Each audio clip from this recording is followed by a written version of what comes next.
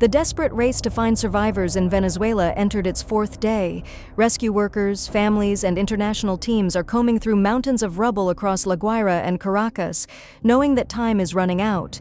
The death toll from Wednesday's twin earthquakes has climbed to at least 1,430, with more than 51,000 people reported missing, over 3,238 injured, and more than 7,500 people in hospitals across the country. More than 3,000 families have been directly impacted, and officials are warning the numbers are almost certain to climb further. To understand the scale of what has happened, we need to go back to the evening of Wednesday, June 24th, a national holiday in Venezuela, commemorating the 1821 Battle of Carabobo. Because it was a public holiday, many people were at home rather than at work, which experts say significantly increased the human toll when disaster struck. At 6:04 in the evening local time, the ground beneath northwestern Venezuela began to shake. A 7.2 magnitude earthquake, later classified as a foreshock, tore through the region. And then, just 39 seconds later, before most people could even process what had happened or attempt to flee, a second and even more powerful tremor followed, a 7.5 magnitude main shock, the largest earthquake to strike Venezuela since 1900. Both quakes were shallow, which experts say dramatically amplified their destructive force at the surface. Because the two quakes came within a minute of each other, many people inside buildings simply had no time to evacuate. The epicenters of both earthquakes were located near San Felipe in the state of Yaracuy, in the Veros municipality, along the San Sebastian fault system, a complex plate boundary zone where the Caribbean plate meets the South American plate. The Venezuelan government ordered gas supplies to be shut off across the affected areas to prevent further explosions in collapsed buildings and declared a state of emergency. Interior Minister Diosdado Cabello confirmed that several states had been impacted. The International Organization for Migration has estimated that up to 6.76 million people across Venezuela could be affected by the earthquakes, including approximately 2 million in Caracas alone. The number of missing, over 51,000, is drawn from independent digital databases set up to help families track loved ones. Officials have cautioned that those figures likely include people who are simply incommunicado due to damaged or destroyed mobile networks, and that some reports may be duplicated. But even accounting for that, the scale of the missing persons crisis is extraordinary. In La Guaira alone, one independent database recorded more than 11,200 people missing. The U.S. Geological Survey's own assessment system had, in the immediate aftermath of the quakes, predicted the death toll could potentially exceed 100,000, a figure that underscores just how severe this disaster could yet prove to be. On the ground, the search operation is equal parts organized and agonizing, a mix of international rescue teams, Venezuelan volunteers, and families searching for loved ones have been using shovels, heavy equipment, ropes, and in many cases bare hands, to dig through mounds of toppled concrete. At least 30 international search teams comprising more than 1,600 personnel and over 100 rescue dogs were deployed by Friday, according to the UN Office for the Coordination of Humanitarian Affairs. Rescue convoys from Mexico, El Salvador, and the Dominican Republic arrived on June 26th. The United States activated 2 Miami-Dade urban search and rescue teams, the first time in over a decade the State Department has deployed such units beyond its 2 primary national teams, and repaired a runway at Simón Bolívar International Airport to accelerate the flow of incoming aid and personnel.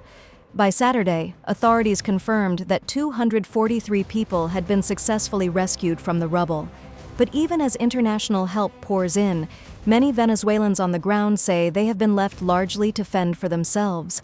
Residents in La Guaira and Catia La Mar reported seeing very few government rescue teams in the hardest-hit areas, despite authorities projecting an image of a robust and coordinated state response. In the absence of official help, citizens took matters into their own hands. Dozens of Venezuelans from nearby Valencia made their way through the night to La Guaira carrying their own supplies. Residents of Caracas drove aid along the Caracas-La Guaira highway. Venezuela's National Assembly Chairman Jorge Rodriguez appealed to citizens to channel their supplies through official authorities to avoid road congestion, as bottlenecks began to hamper the very rescue efforts they were trying to support. Access to La Guaira was eventually restricted on Friday night, with the Venezuelan government announcing that anyone wishing to enter would now need to obtain an official permit. Acting President Delcy Rodriguez said the area had been militarized and that more help was on the way, even as residents described the government presence as a fraction of what was needed. Aid agencies are acutely aware that time is the most precious resource of all. The International Red Cross and other organizations consider the first 48 to 72 hours after an earthquake to be the critical window for rescuing people alive, a period that, by Saturday morning, had effectively closed. The UN Humanitarian Affairs Office noted on Friday that, in the search for survivors, every second matters. The International Red Cross's regional director for the Americas said that people are still terrified to re-enter what were once their homes, a fear that is hampering civilian efforts to locate those who may still be alive beneath the rubble. On the international front, support has been swift and substantial. The United States has already committed $150 million toward the Venezuela earthquake response, and a senior U.S. administration official confirmed that an additional 9-figure aid package was being prepared and would be announced within days. Venezuelan acting President Delcy Rodriguez confirmed that she received direct calls from U.S. President Donald Trump and Secretary of State Marco Rubio, both of whom reaffirmed Washington's support during what she called this difficult time for Venezuela. Canada announced an initial $5 million contribution. The disaster also poses an enormous political challenge for Rodriguez herself, the former vice president who took office in January following the capture and removal of then-President Nicolás Maduro by the United States. How her government manages this crisis, and whether it can overcome its own limitations in the face of catastrophic destruction, will define her early tenure. Venezuela now faces one of the most severe natural disasters in its modern history, at a moment when the country is already politically fragile, economically battered, and deeply divided. More than 1,430 people are confirmed dead. More than 51,000 are missing. Over 3,238 are injured. More than 7,500 are in hospitals. And up to 6.76 million people could ultimately be affected. The rubble is still being searched. The missing are still being counted. And for tens of thousands of Venezuelan families, the waiting and the not knowing continues.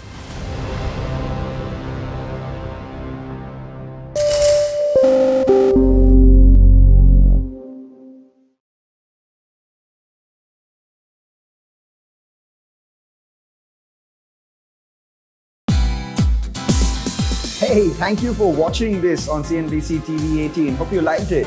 For more such interesting news and updates, follow CNBC TV18 on all the social media platforms.